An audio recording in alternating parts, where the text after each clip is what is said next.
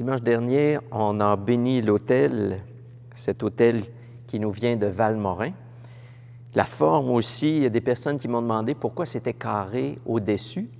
L'autel est fait sous la forme d'un tombeau. Alors, c'est ce qu'on appelle un autel tombeau qui représente le tombeau du Christ, l'endroit où il a donné sa vie, l'endroit où on célèbre l'Eucharistie.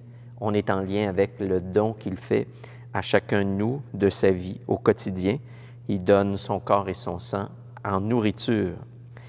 Donc, comme j'avais expliqué la dernière fois, on célèbre toujours l'Eucharistie sur un autel dans lequel il y a des reliques, la vie d'un saint, de quelqu'un qui a été un disciple et qui est un modèle en même temps pour nous, qui sommes des disciples du Christ.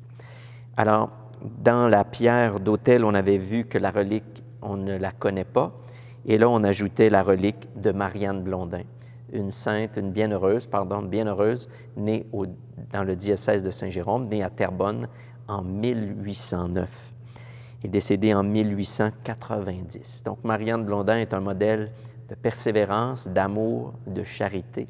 Alors, elle va nous accompagner.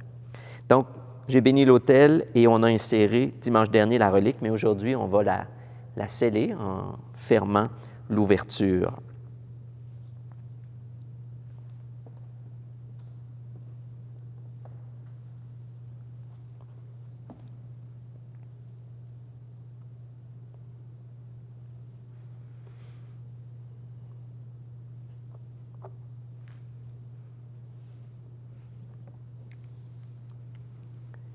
En principe, on n'a plus besoin d'aller à la relique, on n'a pas besoin d'avoir accès régulièrement.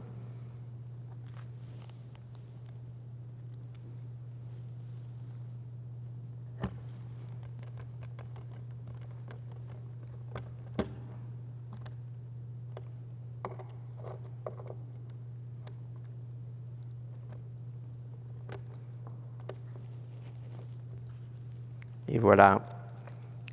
Maintenant, on va ajouter la pierre d'autel.